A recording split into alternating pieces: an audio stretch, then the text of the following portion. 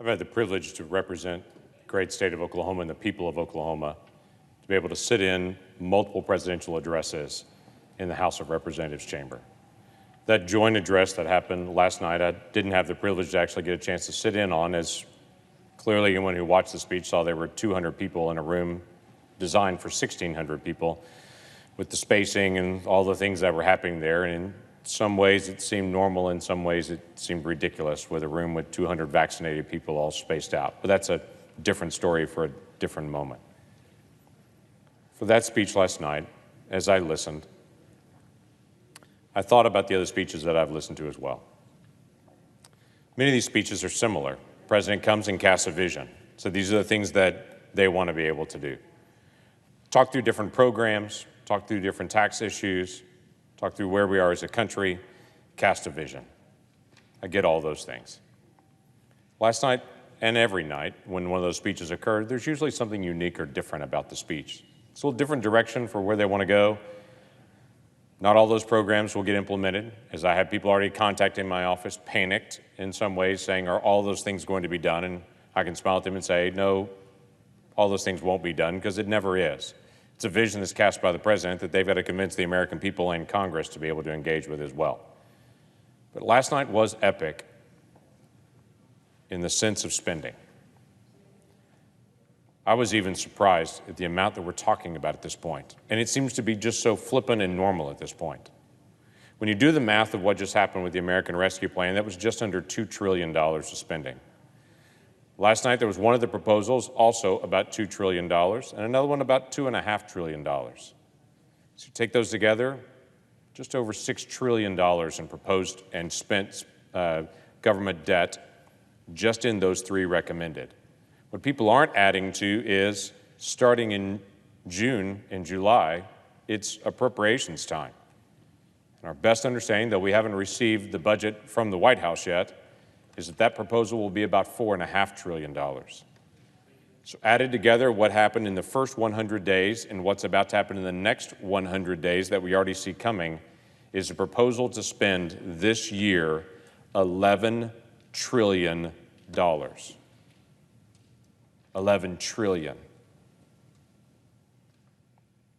That far exceeds what was even spent during the pandemic time period, when we all determined this is a rainy day that we definitely need to be able to help stabilize our economy. $11 trillion. Size of government, the number of times that I heard, if there's a problem, government here in Washington, D.C. can solve it, was epic. Now, initially at the beginning of the speech, there was a lot of talk about COVID, as well there should be. Our nation's coming through this. But I was surprised how little conversation there was about the vaccines and the process, Operation Warp Speed, and the partnership between government and private industry that was done last year to be able to bring all these vaccines to place. You see, all the vaccines were developed and ordered last year. All the needles and the alcohol wipes and the materials, the PPE that would be needed, were all ordered last year. This year was just a matter of getting shots in arms, which I'm incredibly grateful.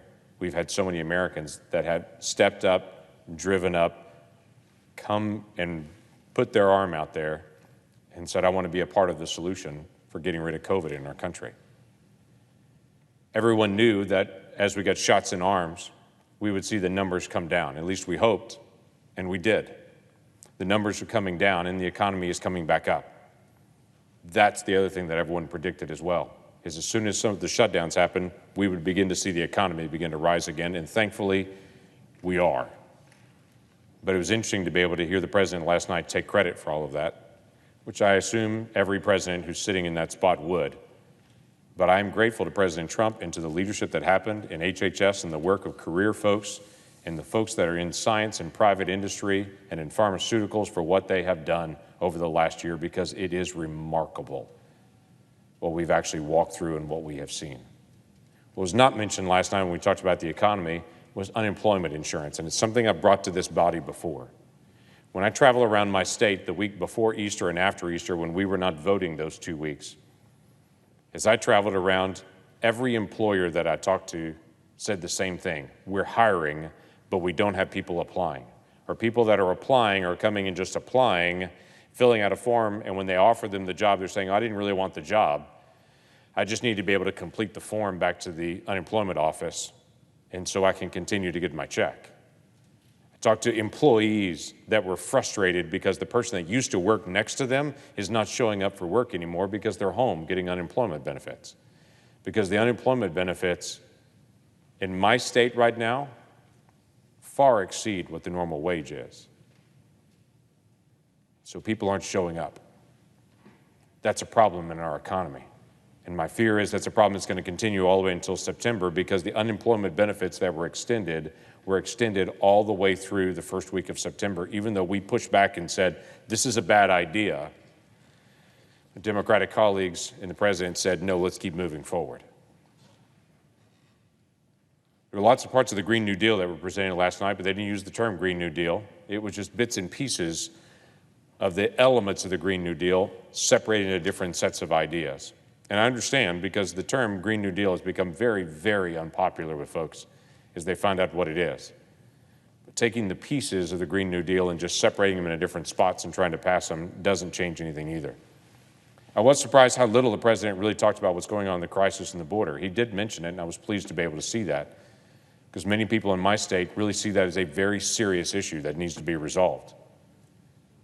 Our open borders right now, and the literally hundreds of thousands of people that have crossed our border illegally just this calendar year, just in the last 100 days, is record levels.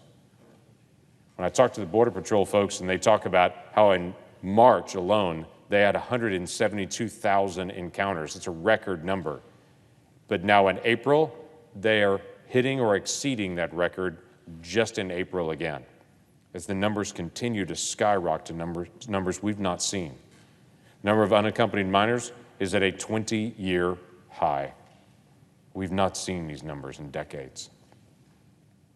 It's a significant issue for us as a country, and it's one that started on January the 20th with a change in policy and in issues.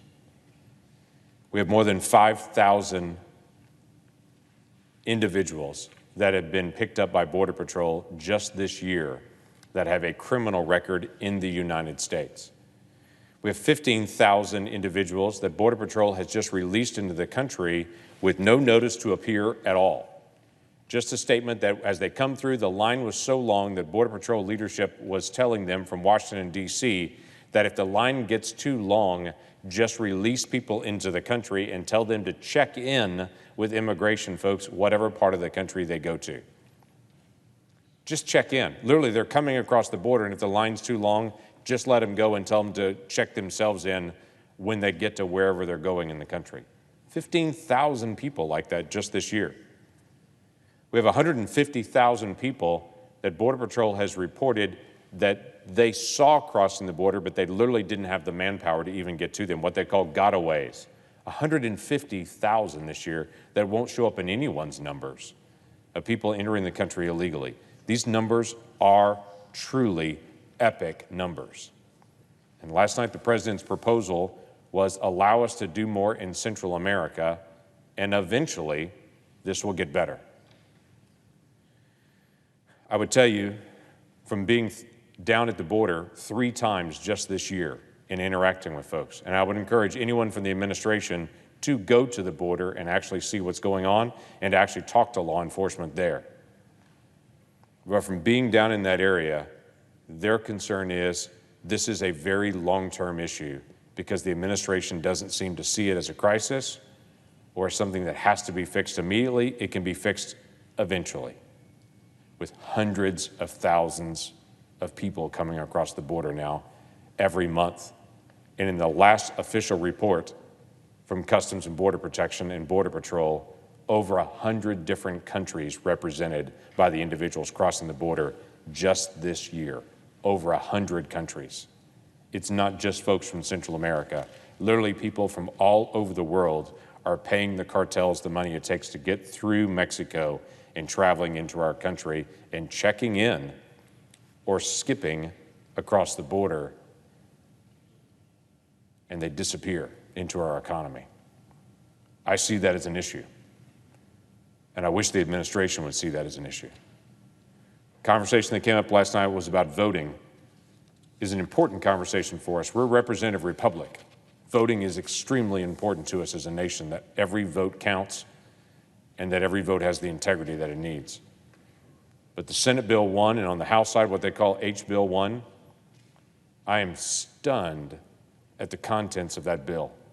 And when President Biden just said, pass that bill and put it on my desk, I thought there's absolutely no way I would pass a bill like that, nor would the people at home even want me to pass a bill like that. That's a bill that's intentionally designed to make voting easy and cheating easy. We want to make voting easy and cheating hard. That's been the way that we've done elections for a very long time. Why would we want to be able to shift from that? Now, again, I'm all for making voting as easy as we can. My state has early voting, it has mail-in voting, it has all the characteristics that you want to be able to make sure we protect the integrity of the vote, so when it's over, everyone can look at it and to say my person won or lost, but I trust the integrity of the vote. It has all those elements. We work very hard to be able to make sure every community in every area has access to voting and doesn't have long lines, and make sure that we get mail-out ballots and all those things to be able to not only get the opportunity for people to vote, but to protect the integrity of the vote. But Senate Bill 1 and House Bill 1 does things like same-day registration, but then also removes voter ID. You partner those two together, and that is a recipe for double voting and fraud. You can't have those two together. It mandates third-party collection of ballots, that it could be done in any state. So an individual political group could literally go door to door and to say, have you voted yet? If you haven't, come out on the porch right now. I'll stand with you and we can vote together, and then I'll turn your ballot in for you. That violates everything that we've done in voting about secret ballots and about the integrity of the ballot, and only the folks in the post office would handle it or the folks in the polling place would handle it. Now this is a third party that no one has any connection to nor accountability to, can randomly grab ballots and collect them. How do we not think there won't be fraud in that system? It also takes away all voter IDs in every state, including my state, where there's not even a complaint about voter IDs on either side of the aisle, because it's an incredibly fair system that doesn't require a driver's license. It can require any piece of paper or any way to be able to show that you are who you are. We have a straightforward system to be able to protect not only the integrity of the ballot, but to make sure every person is not only allowed to vote, is encouraged to vote. Why would we take that away from places where it's already working and there hasn't been a complaint just because someone in Washington, D.C. says we shouldn't do it? Centralized control of voting in Washington, D.C. seemed to be part of the theme of the night last night, whereas everything would work better if it only came to D.C. I would say I've met a lot of smart people in D.C., but I can also tell you I know a lot of smart people in Oklahoma that love their neighbors, that want to see the right thing done, that care about people in their community and in their state, and this sudden belief that if we're going to get things done right, you've got to bring it to Washington, D.C. and allow the folks in Washington, D.C. to be able to run it. I would tell you the folks in my state would shake their head and say, we're doing okay. Let us take care of our neighbors at home. And don't make us sign a paper every time we want to do something and send it off to somebody we've never met in Washington, D.C. Because growing the size of our federal government is not a goal for me. Being efficient, protecting the rights of every American, protecting our national security, those are goals. They don't require federalizing everything. I can tell you a couple of areas where last night really had some shining moments for me, though.